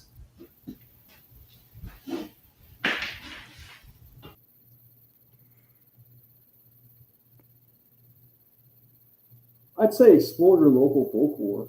Explore your local folklore.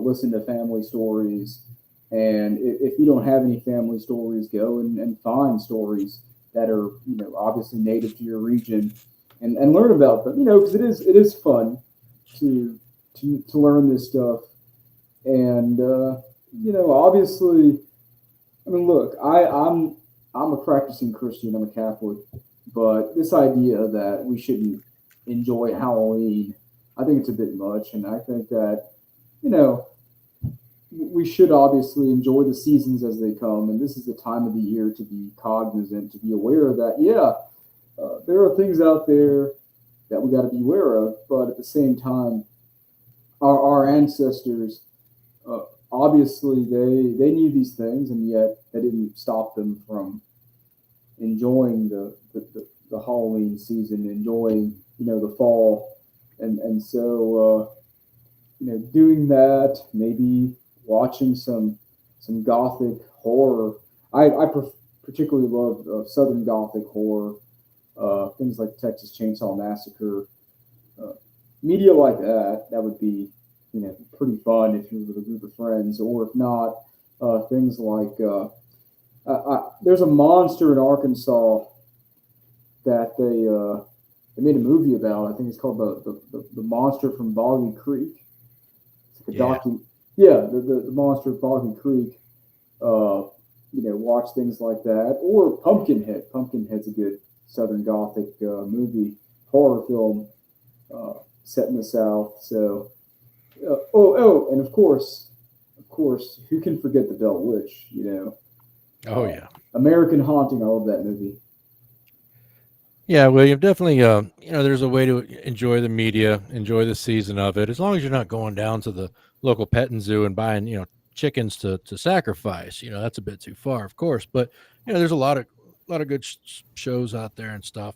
I was going to bring up something. This is just a little Hello, side story. gentlemen. Hello. Is he moving there for a second?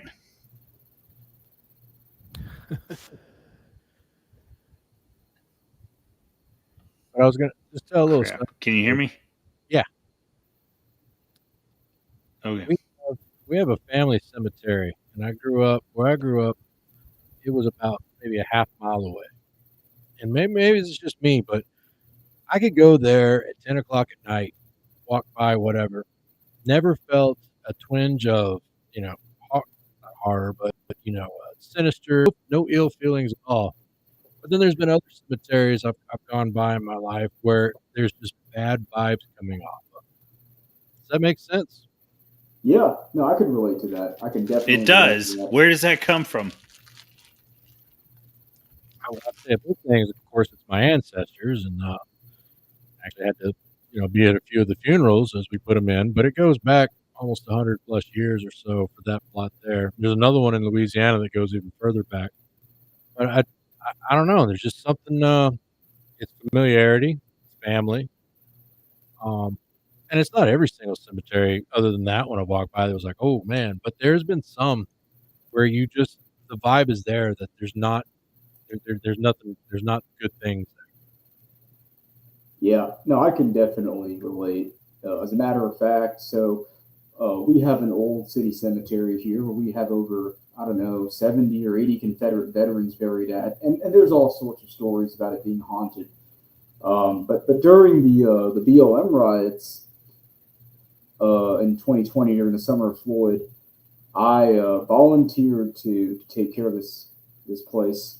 And long story short, I was there at like 2 in the morning, going around the cemetery, and I didn't feel anything other than peace and quiet and tranquility.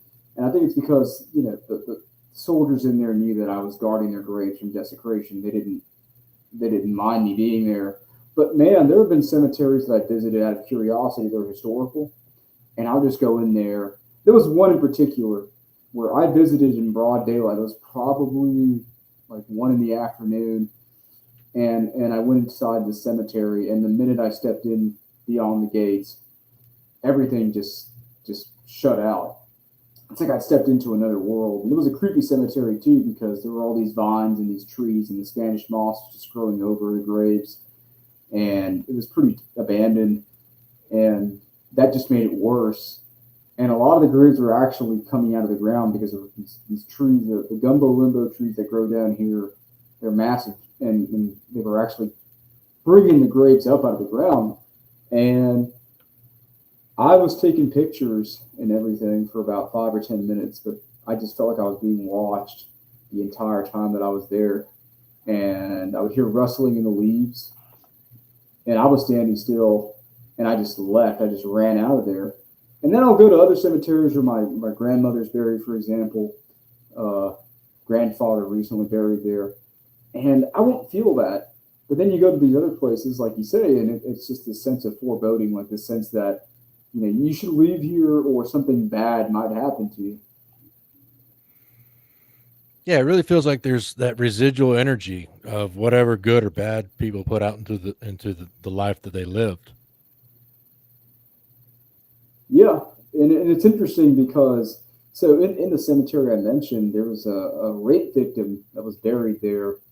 Apparently, she was killed and raped back in like the 1890s. She was one of the early settlers here, and her spirit is said to be angry and restless. So I guess that's what I felt. It was like a weird sense of dread and just fear and anger.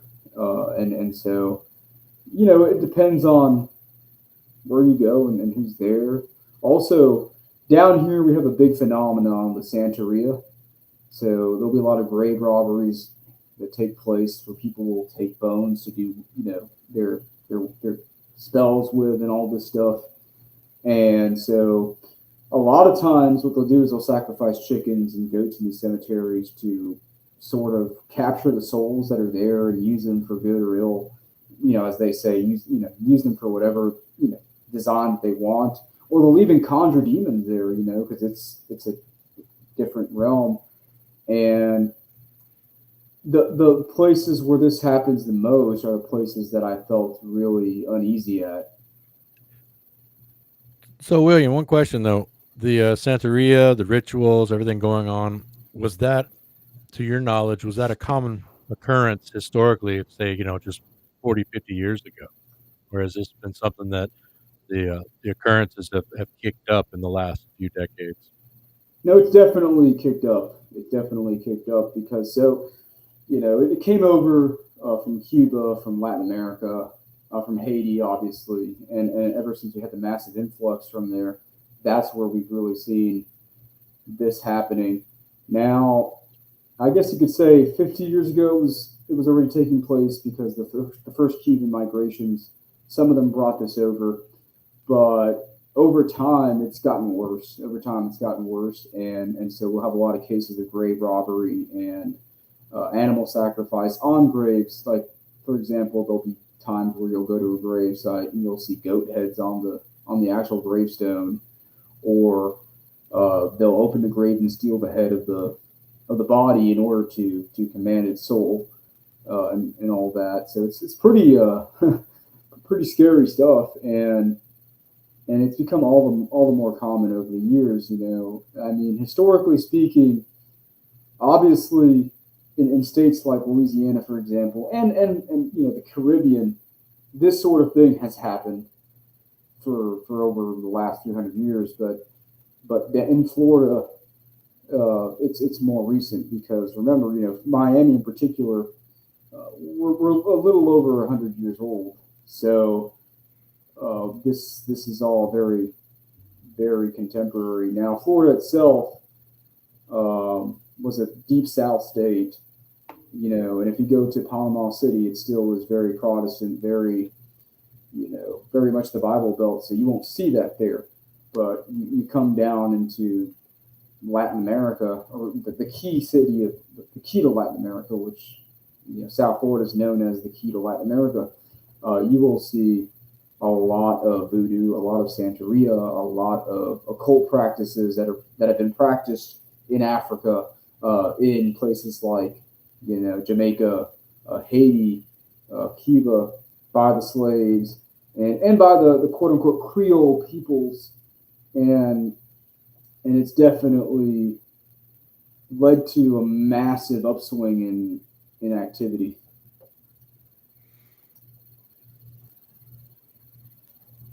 Wow. Yeah, like I said, I mean, we're seeing more and more of these situations and rituals going on. I, I'm a full believer that helps to thin out the veil, between the sides for sure. Not to knock the Hindus and stuff, but I mean, just look in Texas. What is that down around? Is it around Sugarland? Is it Sugarland or Houston? I don't know, but they built what is it, like 100-foot tall statue to one of their or anything else. You're just seeing more and more idols popping up everywhere. That's got to be opening up some doors.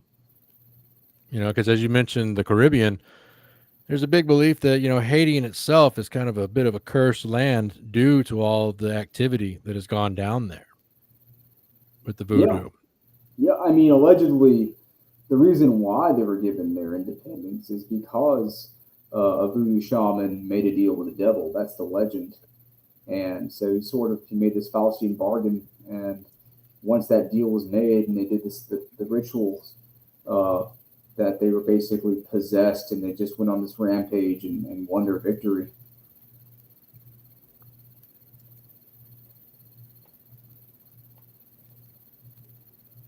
Yeah, what was that '80s movie? Panda, help me out here. The '80s movie about Haiti, where the had Bill Pullman. He goes down to Haiti, kind of gets zombified. Do you remember which one I'm talking about? I think he's muted. Yeah, I was muted. I said Trading Places. No, it's a Serpent in the Rainbow. No, I don't know. But yeah, I think it's called The Serpent in the Rainbow, and you Okay. get into a little bit of the little tidbits, a little knowledge about the movie. Like the Mm, entire movie cast, the crew just had nothing but issues down there in Haiti. Just a lot of yeah. spooky stuff happening all around the production because they filmed it in Haiti. Well, wasn't it the same way with Cannibal Holocaust or whatever it was called? I never Anyways, saw that one. I haven't either. Just, no, there's a lot of them I haven't seen, and like Sallow just got boring. It's like, what the world?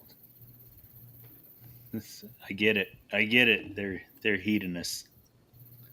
But have you guys seen or have you ever heard of Proper Horror Show? No, I'm not No. familiar with it. Okay. She is an English lady who I can't remember if I first caught one of her. Oh, if it was John D. Maybe it was Poe the Person. I feel like it was. Anyways, so she will go through and she will give a synopsis and then a discussion and an exploration of horror movies. And I appreciate her. I think she usually does a fine job. In particular, though, as we're talking about all this stuff, I'm a big fan of folk horror. I don't I don't like horror in general. So Nightmare on Elm Street and Freddy Krueger and all that, it's like whatever. It's overrated. But if you're going to tell me that I'm going to get a picture of jolly old England and they're going to be these beautiful people that are being mistreated by the Christian Scots, only to end up burning him alive. That I dig that. I don't know. There's something about it because I love folk horror in that it takes everything we're talking about and it puts it to film. And I don't know if they know what they're doing. I think they do.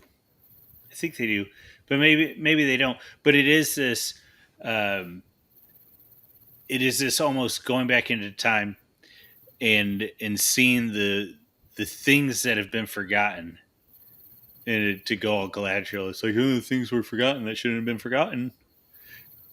And then, so have you guys seen the Wicker Man or the Blood on Satan's Claw or what's the one called? Is it The Ritual?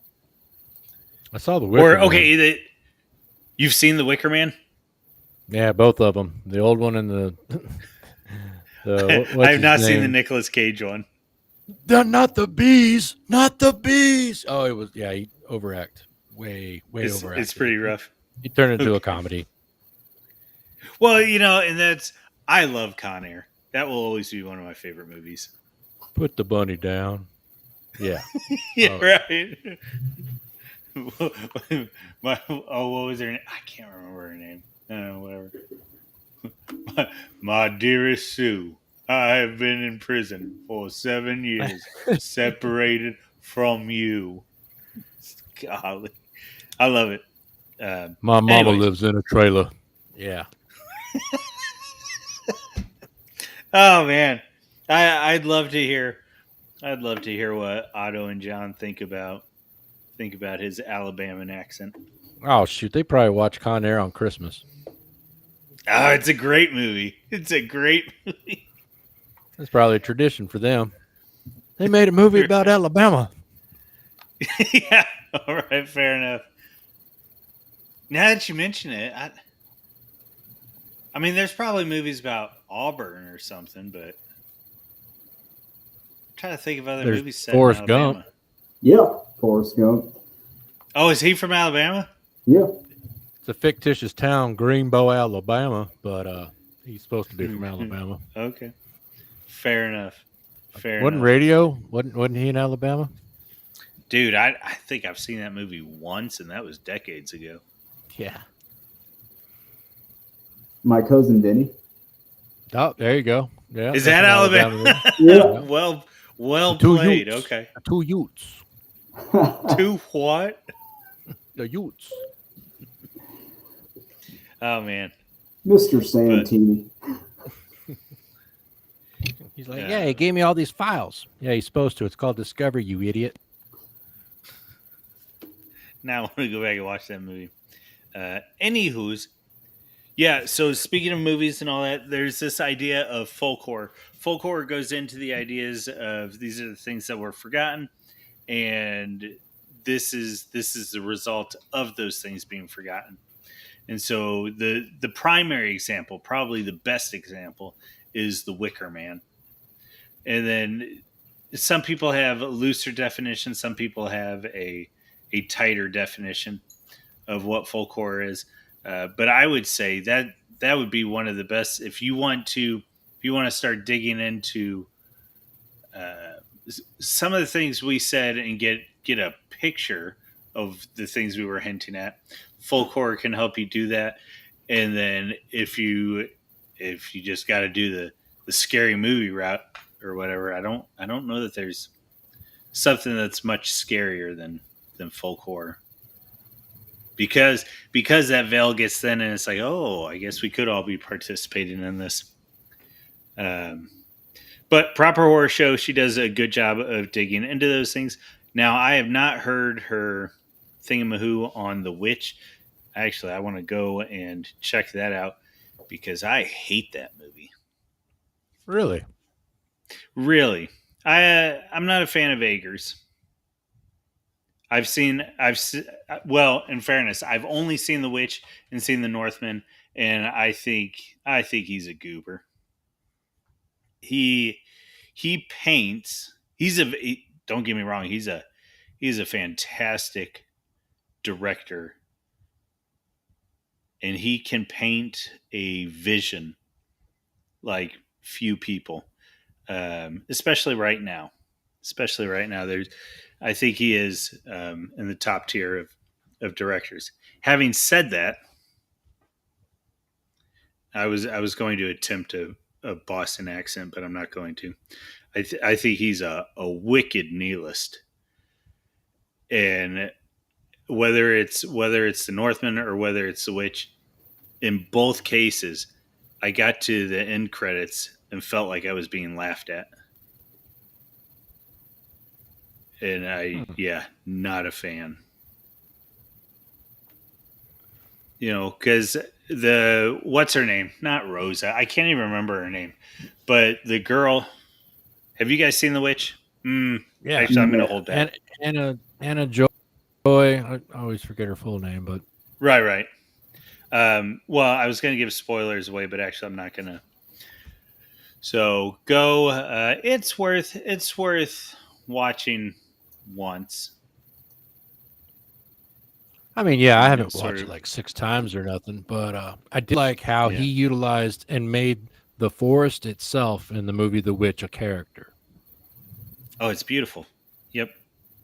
And Yeah, you could cinematography. so I was gonna say you could. He did make the forest, and it's not an original thought, but I've heard people say it, and I think they're probably onto something. Sort of the idea that he even made their language a character, because there were not. Okay, technically there were some anachronisms in there, but unless you are paying attention, you're not going to catch them. And he really did a great job of painting that scene of Puritan New England and how it was they were interacting with it. Oh yeah, I mean, it's not a spoiler. The family gets banished out of the village, and the dad goes on his whole rant of, "I know what God is," and they're like, "Okay, dude, well, you're out of here. Go have fun in the woods." Yeah.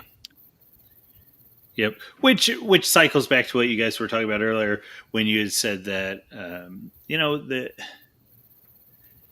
it's not that the woods were different in as much as we had already solved this issue when we were in Europe, and we sort of understood what was going on. But then we came out to a land which was full of woods, and that's all there was.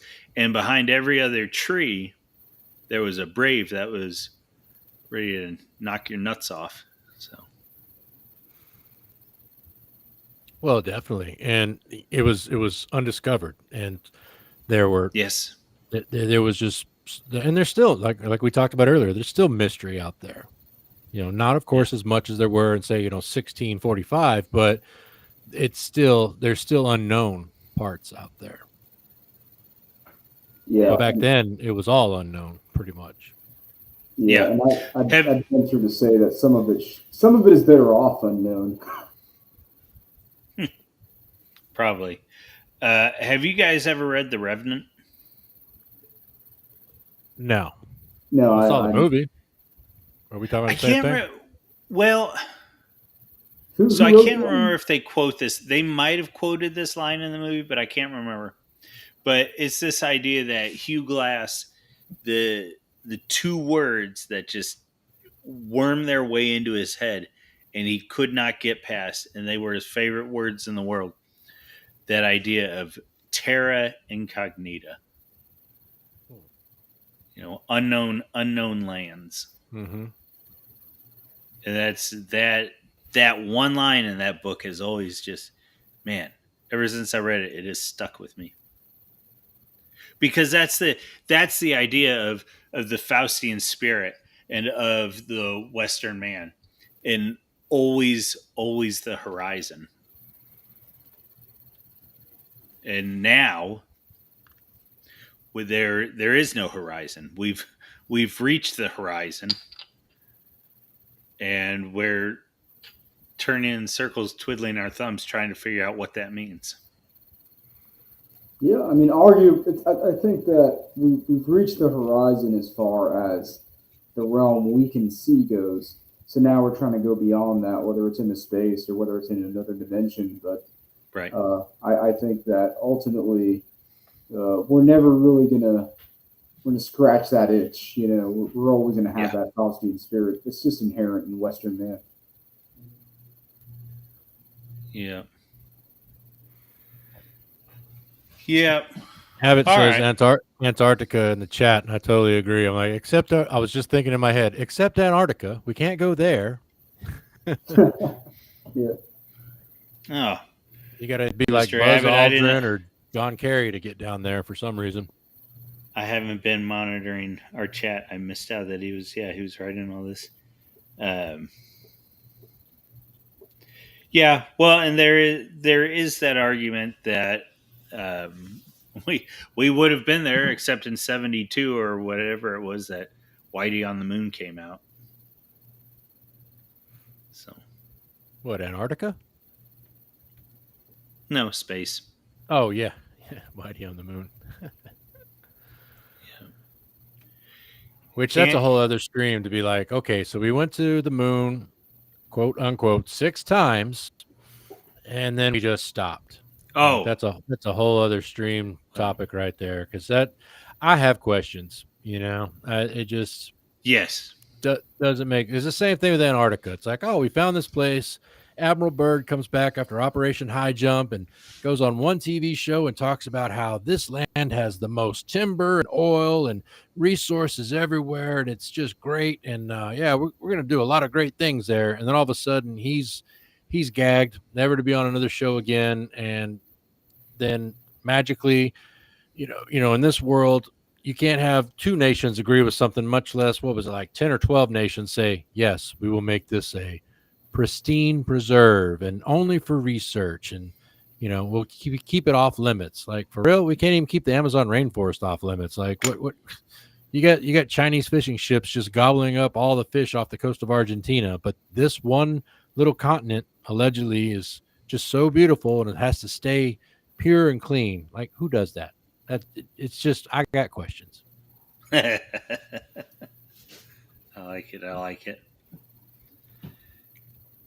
Yep. Well, very good. I think this one is about coming down to a close. So, gentlemen, if you want to get through any shilling, and then we'll start wrapping this one up. If you've got anything to put a bow on top of it too, any last words? Yeah, sure. You can find me on X at Arthur Returns, and you can also find me on Substack, Arthur and Callie's Thoughts, where I pretty much write about everything essay wise. Yeah, you can find me on X at William Wall 1859, where I just give my mostly political takes on things. So you can find me there. And all I'll say is that the veil is getting thinner, and as things get worse, I think that we're going to continue to see a rise in the spiritual, which I think conversely will lead those of us who know the truth to God, because as I believe it was you, Panda, who mentioned it. Yeah, sometimes it takes absolute evil to convince people that God is there and that there is, absolute good, and that Jesus Christ is that form. So it goes both ways. Yep. So this is Abbott's writing some interesting things. I don't know if you guys saw the one that I posted before this. He said he worked for Raytheon for years. All the missile work was iterating the same thing.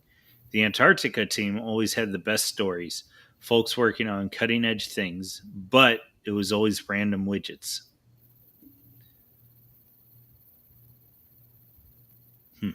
Yeah, there's just way more to the Antarctica story than what we're told, for sure. So interesting. So Yeah. interesting. I don't know if there was, would they let the South Africans down there? Hey. Hey. All right, gentlemen. Well, this has been Raise the Flag number 4. Sort of a little bit of spooky things. We delved into, as we're prone to do, we had a loose framework that we met on that, and we decided to keep going. So hopefully you got some fun ideas on different things that are going on, had some leads of places that you can look to explore some of the ideas that we were talking about tonight. But on that note, we wish you all a good week, and we will see you later. Adios. Have a great night, y'all.